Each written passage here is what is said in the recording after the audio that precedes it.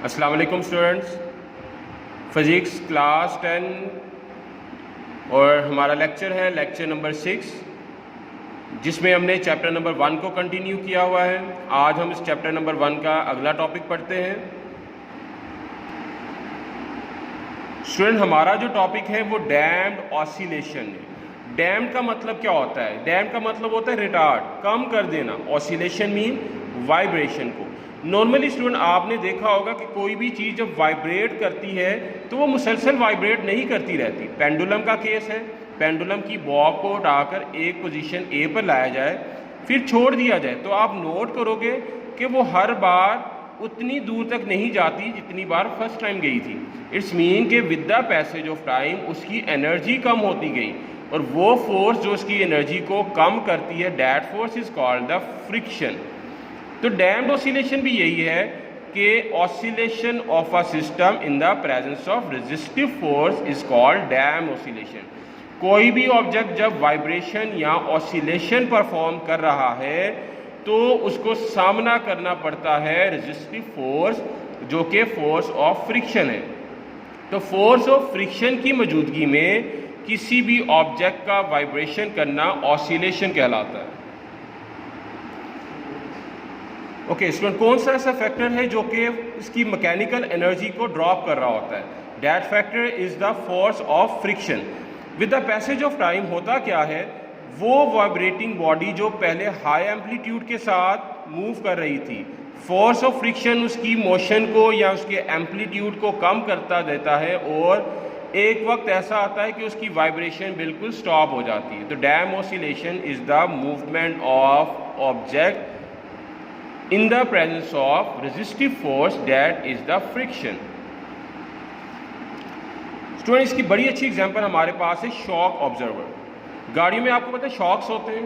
Shocks का benefit क्या होता है कि गाड़ी को एक झटका सा लगता है, लेकिन आप उस झटके से बच जाते हैं। मीन्स कि आपको इतना फील नहीं होता, बिकॉज आपकी गाड़ी में अंदर क्या है, शॉक्स हैं। वो शॉक्स क्या करते हैं, उस झटके को एब्जॉर्ब कर लेते हैं। अब कौन सा ऐसा प्रोसेस है जिसके ज़रिए वो ये काम कर रहे होते हैं? शॉक ऑब्जर्वर जो है वो एक पिस्टन पर मुश्तमिल होता है, जो कि पास हुआ होता है लिक्विड, जैसा कि ऑयल। गाड़ी के अंदर ऑयल के अंदर शॉक ऑब्जर्वर का पिस्टन का एक हिस्सा पास हुआ होता है, जबकि शॉक ऑब्जर्वर का अपर पार्ट जो है कार की बॉडी के साथ अटैच होता है।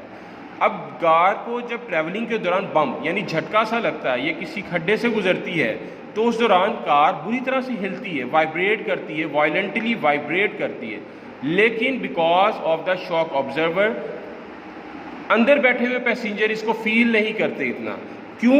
बिकॉज शॉक एब्जॉर्बर क्या करता है, इस वाइब्रेशन को जो गाड़ी को झटके की सूरत में मिली वो कन्वर्ट कर देता है एनर्जी में, हीट की शक्ल में और एनर्जी ऑफ द ऑयल की शक्ल में। मतलब वो एनर्जी जो कि उसको झटके की सूरत में मिली वो उसको ऑयल की हीट एनर्जी में कन्वर्ट कर देता है। यानी कि मैकेनिकल एनर्जी किस में तब्दील हो गई, हीट एनर्जी में, और वो सारी की सारी वाइब्रेशन ऑटोमेटिकली कहाँ चली गई, ऑयल की हीट एनर्जी में ट्रांसफ़र हो गई, और आपको वो बम्प जो है वो फील नहीं हुआ।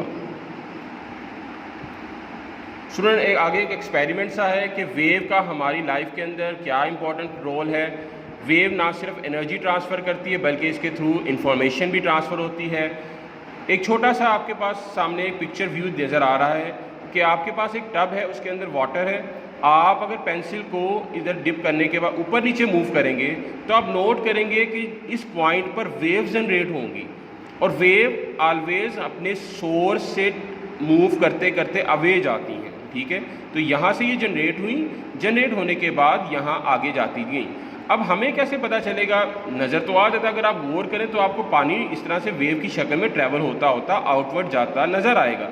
लेकिन अगर आप पानी के इस साइड पे कॉर्क रख दें तो आप देखोगे जैसे ही आपने यहाँ पर डिस्टर्बेंस क्रिएट किया, कुछ देर बाद ही डिस्टर्बेंस जब आगे ट्रांसफ़र होगा और कॉर्क तक जाएगा तो कॉर्क भी जो है ये वाइब्रेट करना शुरू कर देगा। इट्स मीन कि आपने डिस्टर्बेंस पैदा किया जिससे वेव जनरेट हुई, और ये वेव क्या करेगा, इस एनर्जी को एक एंड से ट्रांसफ़र करते करते दूसरे एंड तक ले जाएगा। इट्स मीन कि हम कह सकते हैं वेव क्या करता है, एनर्जी को ट्रांसफ़र करता है।